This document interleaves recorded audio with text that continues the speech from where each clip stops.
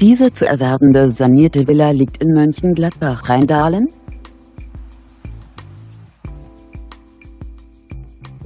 Dieses Ein-Etagenhaus wurde im Jahr 1998 erbaut und 2008 saniert. Es wird über eine Zentralheizung beheizt. Das Haus verfügt über einen Keller sowie 4 Außenparkplätze. Es hat 4 Schlafzimmer und 4 Badezimmer.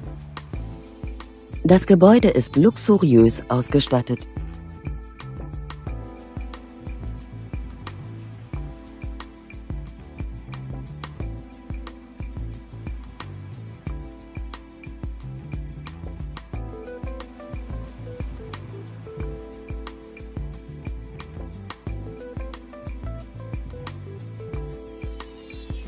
Auf einer Grundstücksfläche von ca. 7.500 Quadratmetern bietet das Gebäude eine Wohnfläche von ca. 290 Quadratmetern.